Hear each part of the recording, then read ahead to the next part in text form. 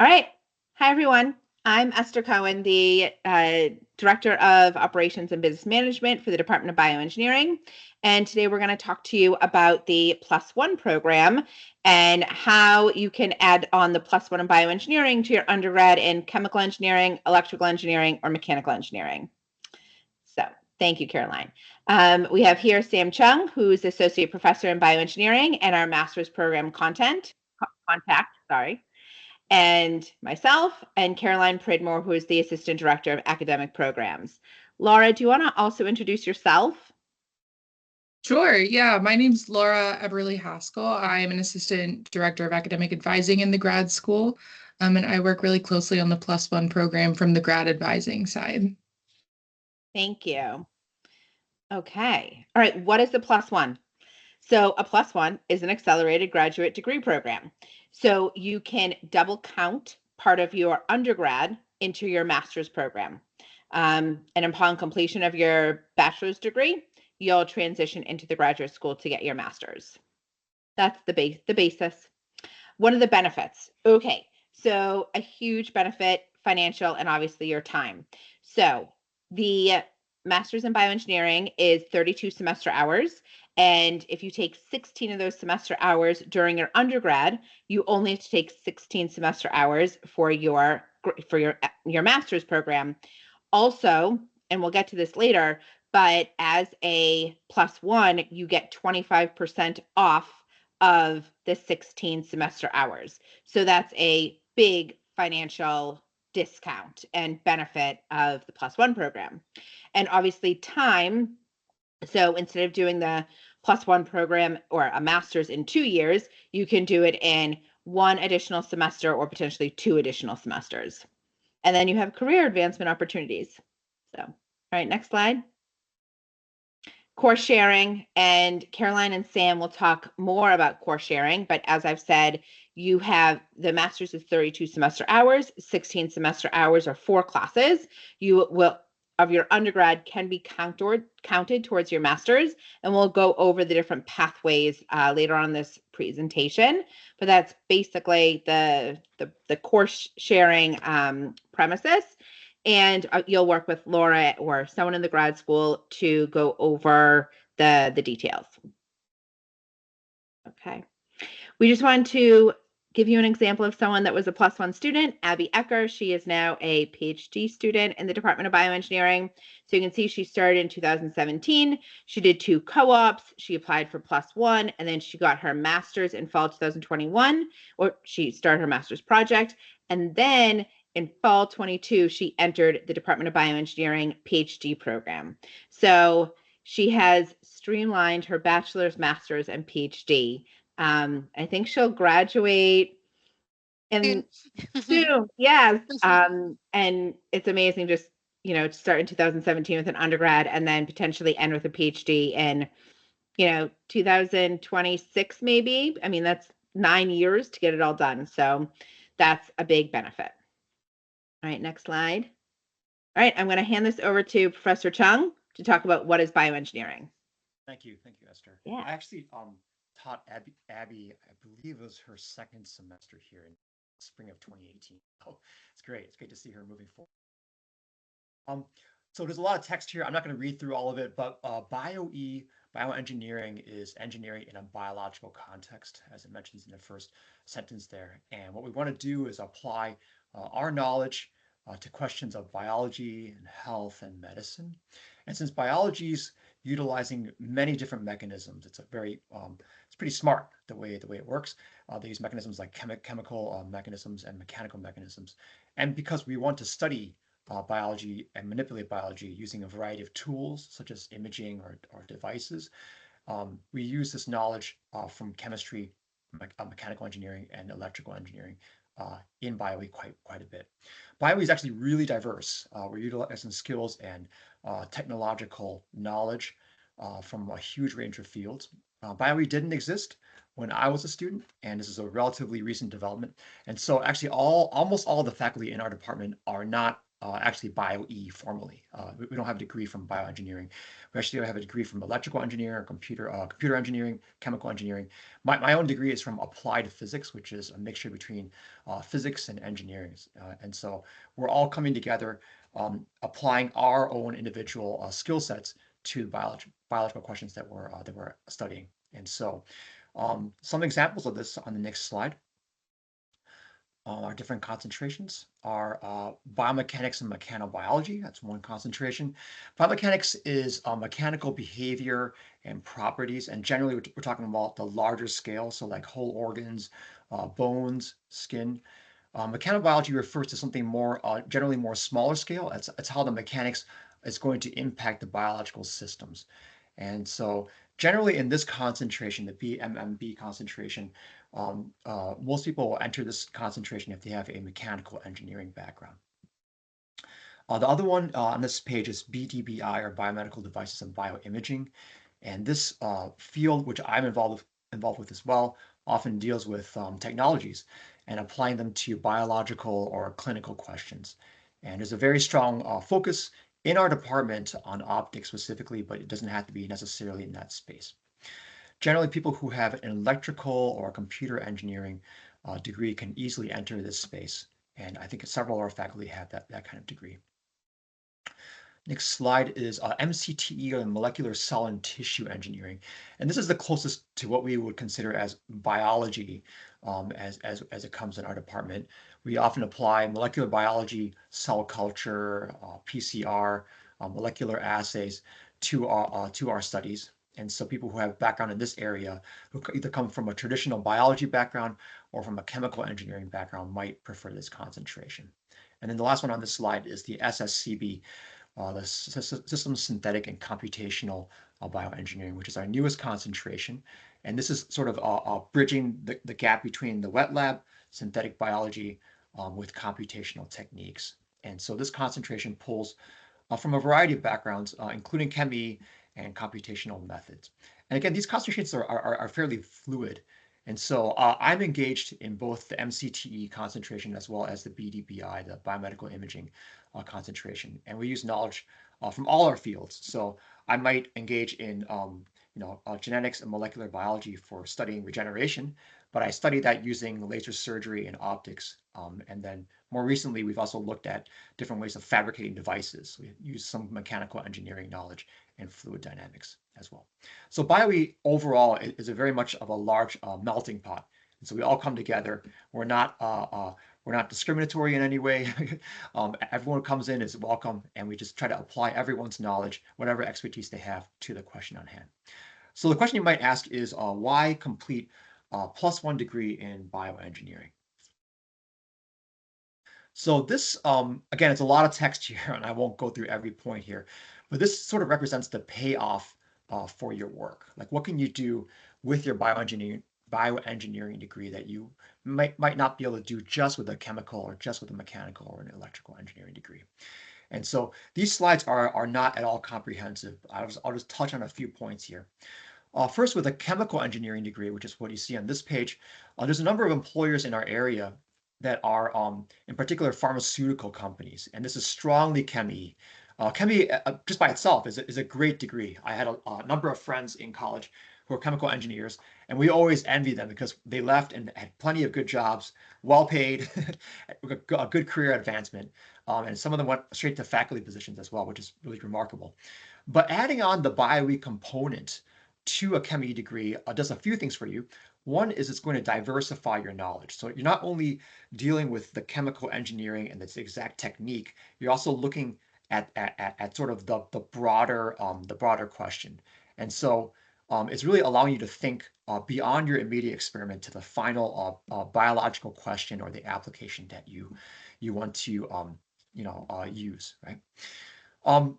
Next slide is, and there's a few employers here that are in the Boston area as well. Electrical engineering is the next slide. This is strongly focused on products and devices. But that's not the only space that you can be involved with. Often companies will want to hire someone with electrical engineering expertise because they have a specific need in mind for a specific problem that they have in their workflow or in their process. However, at the same time, even if you have the expertise, it's still helpful to have an understanding of the bigger picture. It's still helpful to have an understanding of what is the need and what is the goal of your work. And that's really the difference between a scientist on one hand and a technician on the other hand. Right? A technician is focused very much on the exact task, on the exact experiment that they want to run and complete, maybe a specific hurdle to overcome. But the scientist does that, and also more than that, they understand the motivation behind the work. They are able to find an optimal solution that may or may not be exactly in their area of expertise because they know other people who can help them as well. So keep that in mind as you're looking at these slides and at the potential jobs that you can do in the future and the companies that are listed there. Next slide, like MIE, mechanical and industrial engineering.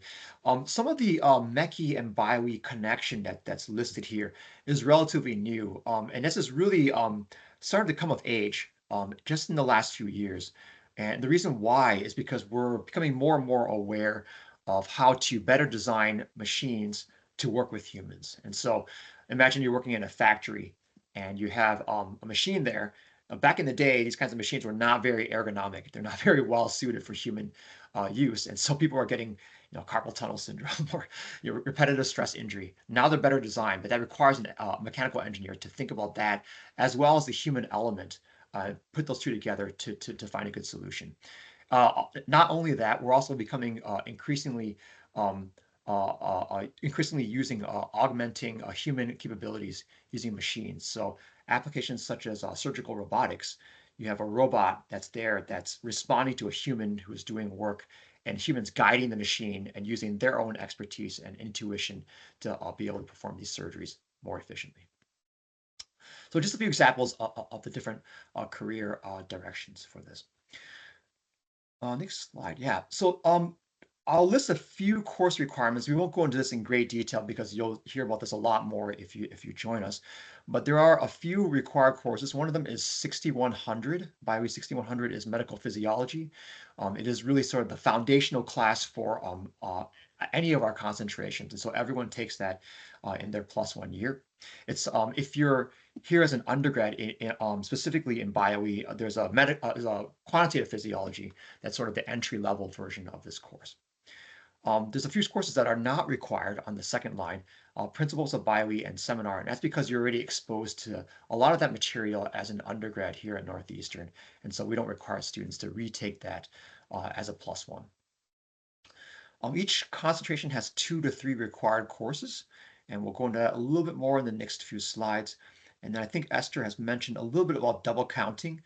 16 credit hours can be used as double counting for both your undergrad and grad degree.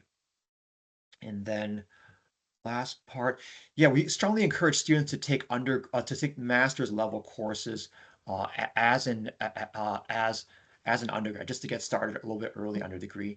And then you can also petition in 1 or 2 5,000 level courses from your undergraduate degree. There's a little bit of flexibility in the master's program. We do ask students to make sure that these courses are relevant in the workflow for your Bioe master's degree. Next slide. These are the required courses for each concentration, and some of these concentrations will give you a set of courses and ask you to take 2 or more out of them. And other ones like biomedical devices will require you to take 4 courses specifically from a list. But depending on each concentration, these are going to introduce you to the basic topics that are going to underlie each concentration of the field. And then after you take these courses, you'll have the ability to converse with and engage with a wide variety of topics within each field. All right, thank you, Professor Chung. So you've heard a lot about why to do the degree and a little snapshot of our curriculum. So I'm going to provide you with some information of actually how from your current undergraduate degree you can be smart about your course selections to maximize on double counting to get from your current undergrad degree to the bioengineering master's degree. So beginning with chemical engineering, we looked at both the chemical engineering undergraduate catalogs and our master's catalogs, and we looked for overlap. We have specifically invited you all from your specific majors because the prerequisite structure from your degrees closely match ours in bioengineering, and so your access to our graduate courses is very easy. So you shouldn't have to do a lot of extra courses to get from A to B if you are smart in terms of the pathway you choose. So if you are a chemical engineer, we highly recommend transitioning to the molecular cell and tissue concentration because there is so much overlap between what you do in your undergraduate degrees to get you prepared. And as with every case, you can use your 4 general electives for your 5,000 level courses to double count. But if you go by this path from CHEME to molecular cell and tissue, you can maximize on double counting to free up some of your general electives to other things like new path requirements or other things that you want to do to get the breadth from your undergraduate degree. So your BS in chemical engineering, you can use 2 courses from your undergraduate curriculum to double count, and then 2 of your general electives instead of 4. If you choose for your CHEME elective, you choose CHEME 5631 or 5632, which are 2 biomaterials focused courses. Those exist on our master's electives list for our molecular cell and tissue concentration. For your advanced engineering elective, BioE courses are available in the options of courses you can take there. And so if you choose one of these lists, then you can, again, double count that because that exists in our master's program curriculum. And then if your 2 general electives remaining, use some 5,000 level courses from our electives list, that means you're double counting 2 classes instead of having to use all 4 of your general electives. If you are on the chemical engineering, bioengineering combined majors, you can use 3 courses from your undergraduate curriculum to double count using just one of your general electives. So again, maximizing on the number of courses that you're needing to take to double count, which is great. You can actually take some of the required courses in your undergraduate curriculum. You get those done anyway, and then just choose a general elective that is from our MS BioE list. If you are an electrical engineer, your smoothest pathway is to our biomedical devices and bioimaging concentration. As Professor Chung said, these are very, very well aligned.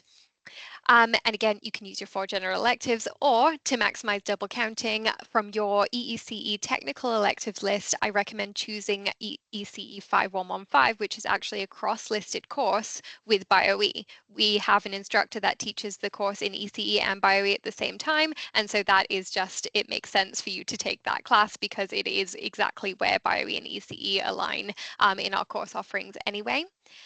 We also have a micro and nanofabrication course on the electives list for the BDBI concentration, which is another great one to pick. And then you can use your general electives to complete your additional requirements. If you are a mechanical engineering student, then you actually have 2 concentrations which you can go to. So our biomechanics and mechanobiology or the biomedical devices and bioimaging tracks are easily accessible from your undergraduate degree. So if you are in mechanical engineering, you can use your mechanical engineering technical elective to double count and then use 3 general electives. So if you're looking for biomechanics, I would choose musculoskeletal biomechanics. It's an ME course taught by an ME and BioE faculty. If you're looking at imaging, I would choose finite element methods as that's on our electives list. And in talking with mechanical engineering, there may be other options for you to double count more than just that one technical elective. If you petition with your undergraduate program to take a course, for example, like an alternative signals course to your ME 4555, there is a BioE signals course that may be able to be petitioned in its place, replacing your 4,000 course with a 5,000 that you can double count. The mechanical engineering undergraduate program leadership are really open to exploring these ideas, and so it's definitely worth starting the conversations with your program contact to see where the flexibility can lie. If you are a mechanical engineering bioengineering combined major, you actually can take all 4 of your classes to double count, which is amazing because they all exist in your undergraduate program, and you can actually choose 3 of our 4 concentrations to go to. So this is a wonderful way to transition from your combined major to a BioE +1. So hopefully that gave you some ideas in terms of actually how you can put your curriculum together to maximize on your double counting. And this really is just to inspire some ideas. And I also want to highlight that in our graduate programs in bioengineering, we do have some flexibility to help students in their graduate phase to take classes if you are, say, starting a job and you want to complete your master's at the same time. We have a selection of courses which are online asynchronous, which part-time students or students who work full-time can access, which is just a great way to, achieve a couple of your goals. If you're like, I want to start working, but I also want to make sure I take advantage of this great opportunity, this is a way that you can do it flexibly.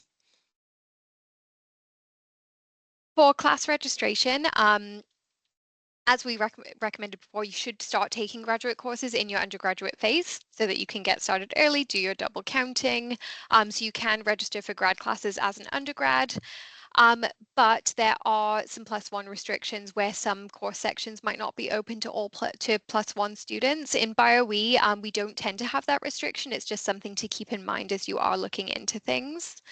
And eligible courses taken before application to +1 can be retroactively counted, which is great, as long as you're within the kind of application timeline, which we'll talk about momentarily.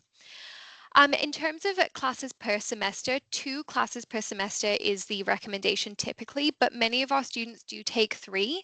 And with approval, you may be able to overload for 4, which would be the way that you could do your +1 in one semester. This definitely does depend on you providing evidence that, with that extra course load, it is a lift that you can handle it, because we obviously don't want to jeopardize your program success, but this is definitely something that with approval you can do more quickly.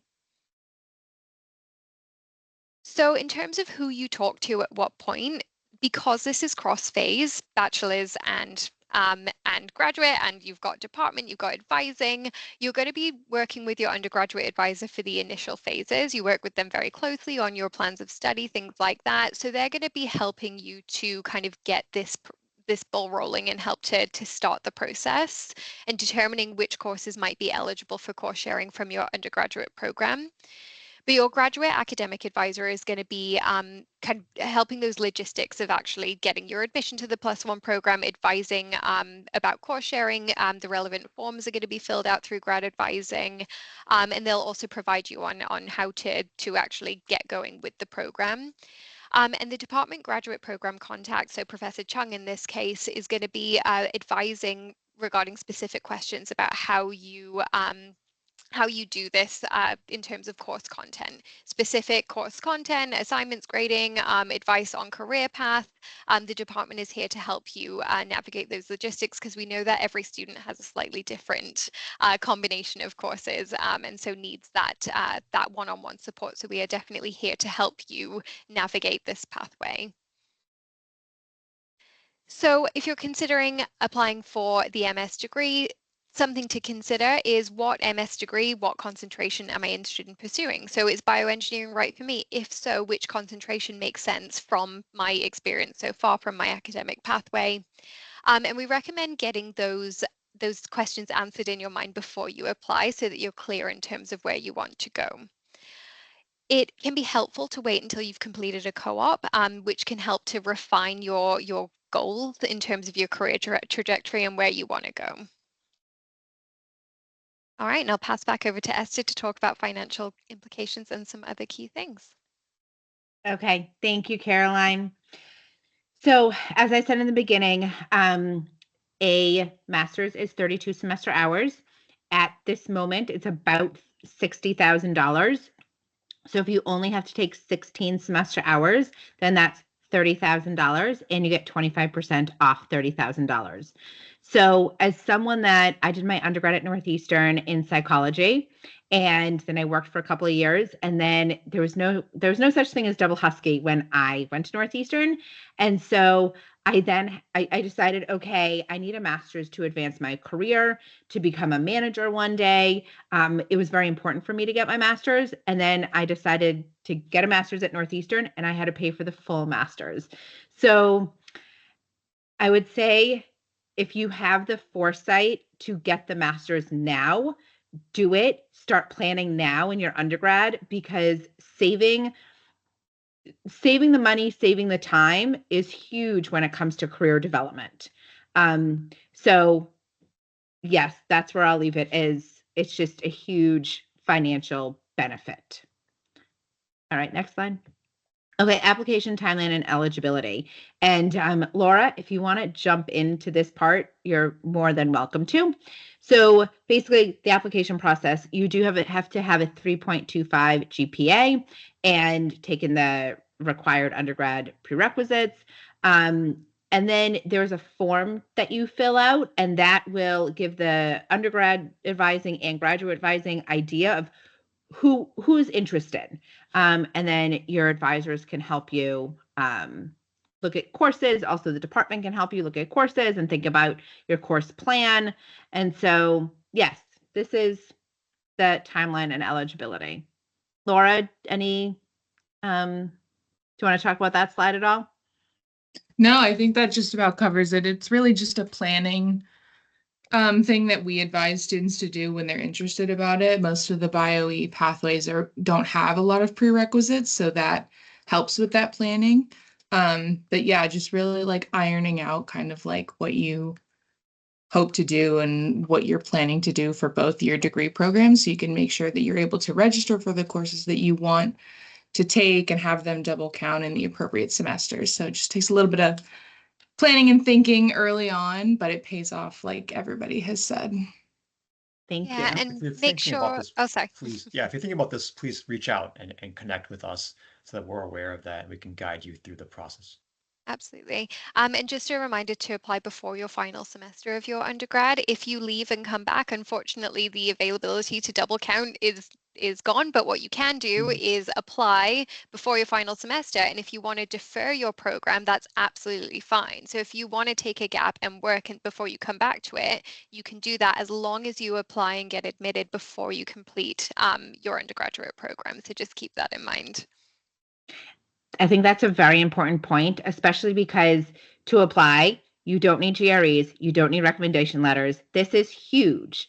When I was applying to a master's program, doing the GRE process and just getting back into the thought of school and school work while I worked full time was a big undertaking. And for 2 years, I didn't have a life. But this is an opportunity that you can just do this in potentially one semester right after you finish your undergrad. So yeah, big benefit. Don't have to do GREs or have recommendation letters. And this is the inquiry form. We will be sending out this presentation, so you'll have the link to the inquiry form. Okay. Things to consider: co-op. So you can do a co-op on your master's program. Laura, do you want to talk more about that? Because there could be some details that I'm not privy to. There's a master's co-op webpage that we tend to defer students to that has information on like eligibility for co-ops, the semester hour minimum and maximum requirements. But if you have any questions about that, you can reach out to the grad advising team and we can kind of point you in the right direction. Yeah. And only one co-op during the master's program. That's important. Correct. But it can be 4, 6, or 8 months. Okay, transitioning to the graduate school. So you will graduate from your BS and then transition to full-time graduate standing. I think that's just important to note, that your status will be changed from an undergrad to a grad, and that you can start courses in the summer. Bioengineering does have a handful of classes that we offer in summer 1 for master's students, and we are potentially working on classes in summer 2 for 2026. So we are thinking about, just progressing your master's program during the summer. It's important to us and it's important to you. Okay, next step. So yeah, just review the webpage. And again, we'll send this presentation out. And if you have any questions, you can reach out to undergrad advising. Any questions? And thank you.